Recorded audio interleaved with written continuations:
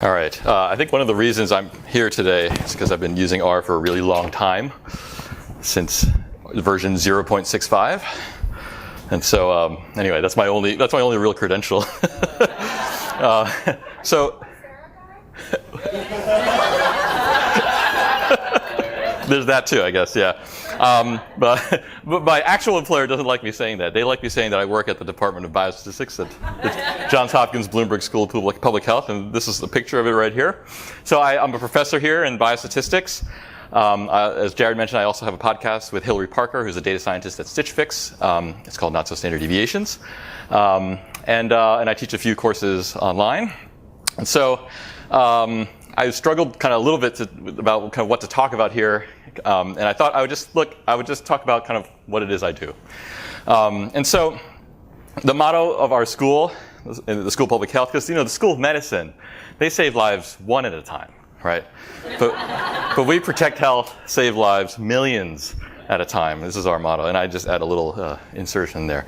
So I do a lot of work in environmental health. I want to talk a little bit about how kind of we do that and how it's done and how it's different from what it used to be and how what it is now. So if I were to just show kind of one slide about kind of the improvement in kind of air pollution and the environment over the course of the last 20 years, I could show you this slide here. So this is the average particulate matter levels in all the 50 states, well, 51 if you include Washington, D.C., over the past roughly 18 years. And you can see there's about a 40% drop on average in air pollution levels across the country. And this is not by accident. It's not because we all felt good about it. It's because of increasingly stringent regulation of kind of air pollution in the air in our environment. Similar picture. This is the level of sulfate that's kind of over the last 20 or so years. Part of this decrease is due to the acid rain program, which is part of the kind of East Coast management of sulfates. So there's been dramatic improvement in pollution over time, and that's had a major benefit for public health. And so I want to show you this picture. This picture is arguably the basis of almost all air pollution regulation in the United States. It is from the 6 cities study.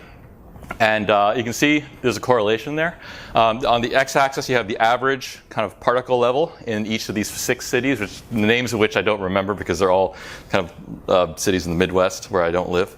On the y-axis is the mortality rate. Okay, so as pollution goes up, mortality rate goes up. And if you compare the most polluted to the least polluted city, there's a 26% increase in mortality, which is unheard of really in any kind of environmental application. Another picture that is kind of a summary of how air pollution research got started is this one. This is the London fog in 1952. So on the left-hand side, on the black line is the level of total particles, or it's called black smoke. And it's about 1.5 milligrams per meter cubed. So just in case you're wondering, we don't measure pollution in milligrams per meter cubed anymore. It's too big of a unit. We measure it in micrograms per meter cubed. So, but back then they measured it in milligrams, and it's like 1,500 micrograms per meter cubed. The national ambient air quality standard in the United States is 35. So things were much worse back in the 50s. And you can see that the number of deaths spiked up almost immediately after the pollution went up. And there are estimates that there were about 10,000 excess deaths just in this 2-week period. So this is kind of spurred a lot of the research and kind of policymaking in air pollution health. So what does an air pollution study look like? Basically, here's a lovely picture of Beijing, China. I don't know if anyone's been there, but it's a great city. It's a great city when it looks like this. It's not so great when it looks like that. And the basis of all air pollution, or basically every air pollution study, is we get a bunch of people and we say, can we follow you on days that look like this and on days that look like that, and see what happens to your health on both of those days, right? So these are both in the same city. We can also say, get a bunch of people who live in Beijing, recruit thousands of people in this city, and compare them to people who live in lovely Chicago, where it's quite a bit cleaner. Those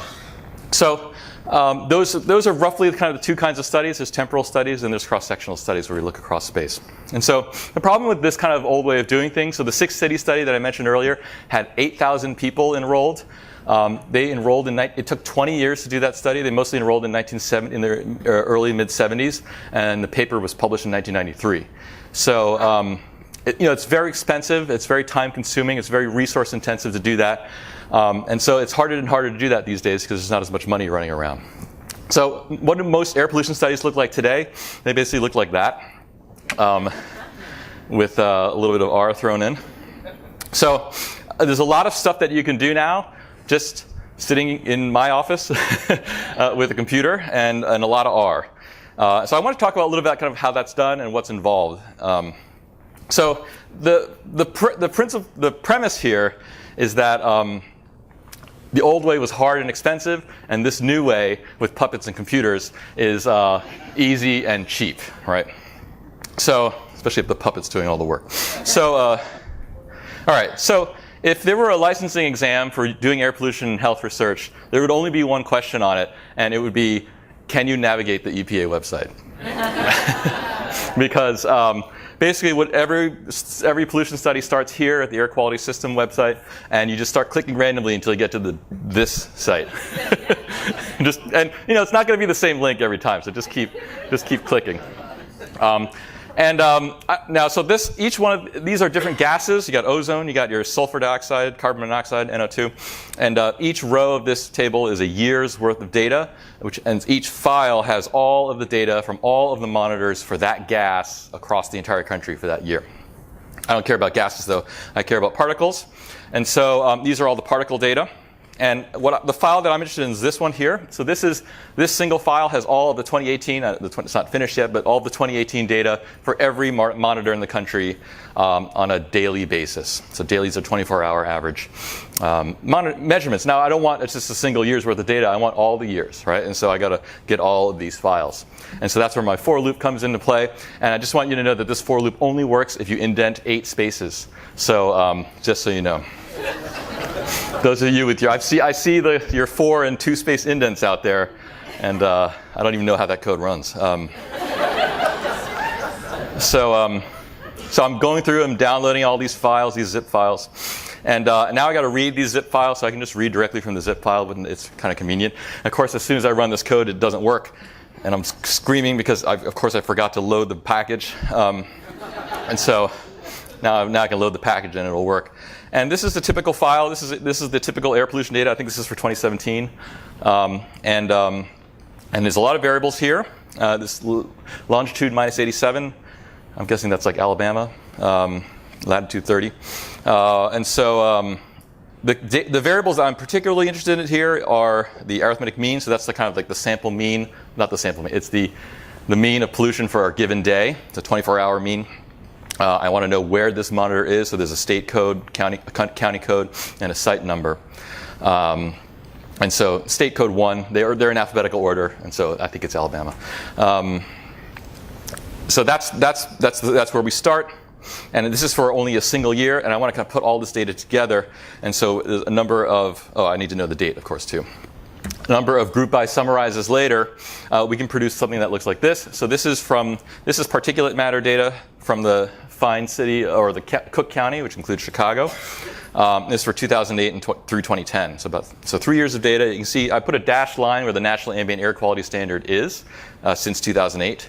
And you can see Chicago is not the worst offender, but not exactly the best at staying below the standard. This is just Los Angeles County, same exact data, particulate matter data since 2008. And you can see that they often greatly exceed the standard. And so this is kind of the data that we can produce from downloading all those files from the EPA website, assuming we finally figure out which link to click on. So, okay, so we're 1/3 of the way there. We've got our air pollution data. We've kind of aggregated it all together, and we produce a really nice time series. So we're doing air pollution and health studies. So we've got the first part. We need the second part. We need the health data. All right, so we get our health data from 2 large national insurance programs called Medicaid and Medicare. These are all insurance claims. So we have information about people's hospitalizations, emergency department visits, doctor's visits, prescription drugs. And these data are surprisingly clean. Part of the reason is because we pay about $50,000 to ResDAC for them to give us the data, and they do a lot of work to clean it up. So the problem is not so much that the data is messy. The problem is actually that the programs are messy. So Medicaid is a joint federal, state, administered health insurance program where every state has a slightly different way of defining who's eligible, and it's very difficult to understand. Medicare is so much simpler because it's a uniform national system. But either way, there's about 45 million people in Medicare. As of 2010, there's 50 million people in Medicaid, but as of today, there's more like 75 million people in Medicaid. And so that's kind of the amount of data. So we like to look at a national level, so we tend to grab all the data at once. So first of all, the first file we usually deal with is the personnel file, right? So this is the file that has all the individual level information that we have for everyone enrolled in Medicare or this is for Medicaid, but they're very similar. So this file has 668 variables, and this is some of the metadata for it. And we need to choose which variables we want. We don't want all of them, and the file's too big to kind of grab all the data. So I don't even run this through R. I just use the cut function, the cut command in Unix to just grab the columns that I need and to spit out a much smaller file that I can just read into R. So once I've cut all these personnel data files, I get a master list of IDs. So these are the encrypted IDs for all the subjects. In Medicaid, in this particular study that I was doing, we're only looking at children. So there are about 25 million children in Medicaid that were eligible for this study. With this information, we have some demographic information: their age, self-reported gender, race, county and zip code of residence, and their eligibility status for Medicaid. So that's kind of on the one hand. On the other hand, we need to know what their healthcare utilization is like. So when do they go to the hospital? When do they go to the doctor? And we know that because all the hospitals and doctors bill Medicaid for reimbursement. And so when we get that bill comes through, we have that information. And so we can gather all that. So for example, in this case, I'm interested in asthma cases. So that's ICD-9 code 493. So I'm grepping all of the instances of 493. In this case, is the other therapy file, which is basically the outpatient file. I'm grepping. I'm using Perl equals true, otherwise it takes forever. And I'm grabbing it. So now I have all of my cases here. This is just for one state. And how many times they went to the doctor, how many times they went to the ER. I also have hospital admissions too. So I've got my demographic information on the one hand. I've got my case information on the other hand. You know what's coming. It's going to be a join, right? So I can join that together. And now I've got a file that has everyone's demographic information and everyone's hospitalization, healthcare utilization information. So once I've got that file, I know where they live. I have their county and zip code of residence. And so given my air pollution data, which also has county and zip code information, I can start linking things together. All right. So we are 2/3 of the way there. There's a final third, which is all of the other stuff that's trying to make your life difficult. So we need weather data. So weather data is a huge confounder. It influences air pollution. It has a huge effect on health itself. And so we need to get weather data. We get the NLDOS data from NASA, which is a computer model system that is gridded to an eighth of a degree across the entire country. And so we can grab these essentially image files and overlay them on the areas where we're looking at air pollution and health. You have to have census data for other kind of confounding information, things like poverty and other socioeconomic status type variables. And someone mentioned already there's 20-some packages for looking at census data, so we use a lot of those there. We have air quality modeling data. So this is again from the EPA. This is the Community Multi-Scale Air Quality Modeling System. They have a computer model that simulates air pollution all across the country, and it's pretty good for some cases and not so others, but we do incorporate them into some of our modeling. So CMAC is another input that we use. And finally, we have the National Emissions Inventory, which has all these sources of air pollution, all the major sources of air pollution across the entire country. And so the problem with air pollution is that it tends to move around in the air. So just because you know where the source is doesn't mean you know where the pollution is. But knowing where the source is does help quite a bit. So we use that information too. So having all this information together, anyone who's worked with spatial data knows that the change of support problem is a huge problem. Okay, so this is Baltimore City, the boundaries of where I live. I'm in the upper left corner of this county. So first of all, we have air monitoring data from the EPA. We have 3 monitors in Baltimore City. These are point locations. And remember, our health data is aggregated to the county level or the zip code level, right? So we imagine we have a number of hospitalizations for Baltimore City on a given day. But we have point level information about air pollution monitoring. We've got our weather data, which is gridded, right? Because it's computer model output, so it's gridded to an eighth of a degree. And so we've got that. And then we've got CMAC model, air pollution monitoring data, which is at a different resolution. And so it's on a different grid altogether. And so we have two separate grids. We have point location of the monitors, and we have this weird outline that's called the county. And so all of that has to be kind of assimilated together and aligned so that we can see if things are correlated with each other. And in order to do that, there's no right way to do that. You have to make assumptions or you have to build models to do that. And all of those different things, that every time you align two things together, you introduce a new source of uncertainty. And so that's one of the problems that we deal with all the time.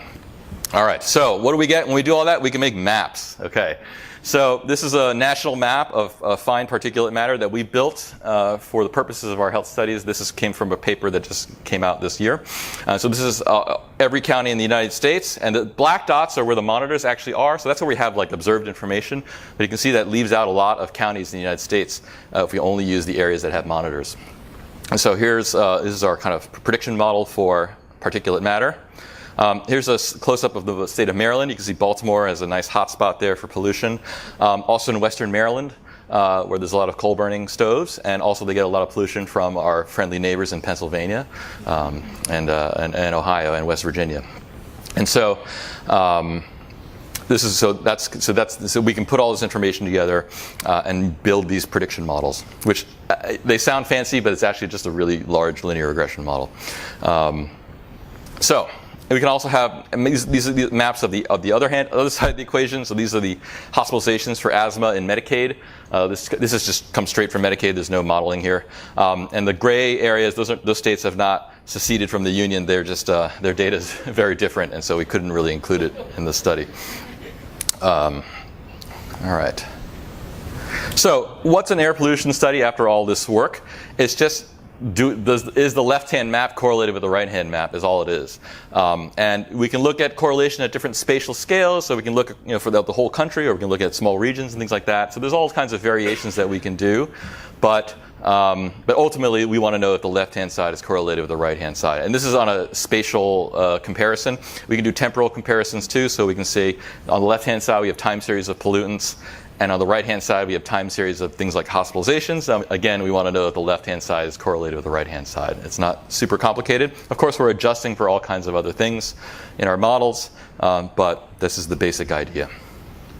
All right. So like any other analysis you might do, I spent most of the talk talking about wrangling the data. And that's exactly what we're going to do. So I'm going to spend one slide on statistical modeling, and that's it. That's where all the time goes. I guess I should be spending the rest of the time complaining about the first couple slides. But in the two kinds of studies we do, there's time series studies where we look at acute effects, short-term effects, on the order of a couple days. These are, because the data sets tend to be too big to just do all at once. We always do them in multiple stages. So in the first stage, we fit a generalized linear model with a count outcome, which has pollution, and there's a lot of stuff in there that couldn't fit on the screen, so I just called it stuff. But a lot of information goes into there, and we do basically a generalized linear model to look at the short-term association between pollution and whatever outcome we happen to be looking at. And we do this for every county that we have information on. And then once we get risk estimates for all those counties, we combine them together in a hierarchical model using a package called TLNEs, which is a two-level normal model. And then we get a final kind of national level estimate for the whole country. National level estimates aren't always the best thing to do, but they are nice from a policy perspective because EPA sets things like federal policy. The other kind of study we do is a cross-sectional study where we're comparing different areas to each other as opposed to different times to each other. And this first stage, we have to predict all the pollution. So I showed you those maps where we do all the prediction. So we make all the predictions first, and then we incorporate those into semi-parametric regression models to look at what the health effects are of that pollution. Of course, we have to incorporate the uncertainty from the prediction itself using a kind of non-parametric bootstrap. So these are basically the two kinds of studies that we do with this kind of data. And these are the kind of results we can produce. So this is from a paper in 2006. We're looking at fine particles. And on the right-hand column, it's probably hard to see, we estimate how many hospital admissions could be prevented if we lowered air pollution by 10 micrograms per meter cubed, which it's a lot. It's asking a lot. It's not like a trivial amount. But here are the various kind of averted hospitalizations for each of these different cardiac and respiratory health outcomes. And if you total it all up, it's about 11,000 hospitalizations per year, which is not a trivial amount. It's not millions at a time, but it is in the order of thousands. And the fact of the matter is that we could save 11,000 hospitalizations per year in two ways. One is we can cure all those diseases, right? Or we can do something that we've been doing for the last 20 years, which is just this, right? So we know how to do this. We don't know how to cure all those other diseases, right? At least not yet. It would be great if we could cure those diseases. We'd save a lot more than 11,000, right? But we already know how to do this. And so I think the environmental air pollution control policies have a huge effect on health outcomes across the country. So very quickly, just lessons learned. This kind of data will fight you every step of the way. There's no question about that. One of the things that we started doing very early on in this research is investing in hierarchical modeling, because it's a very easy and a very cheap way to get around the fact that you can't fit all the data into R. So kind of staging things out into separate stages allows you to kind of take advantage of independence between the data and split things into kind of manageable parts. Of course, there's a price you pay, which is an increase in uncertainty, but it's probably worth it. Fact of the matter is, these data only get you so far, so it's nice to be able to work in your office with a computer. It is cheaper and it's a lot simpler, but you can only answer certain kinds of questions. You can't answer very subtle questions. These are very blunt questions. We're asking, are you going to the hospital? We're asking, are you dying? These are very blunt questions, and you can't ask something more subtle with these kinds of data. It's just not possible. So, as it turns out, the new way, it's also difficult. It's difficult in totally different ways than the old way, and it can be expensive too. So it's not a panacea for the old ways. All right, thank you.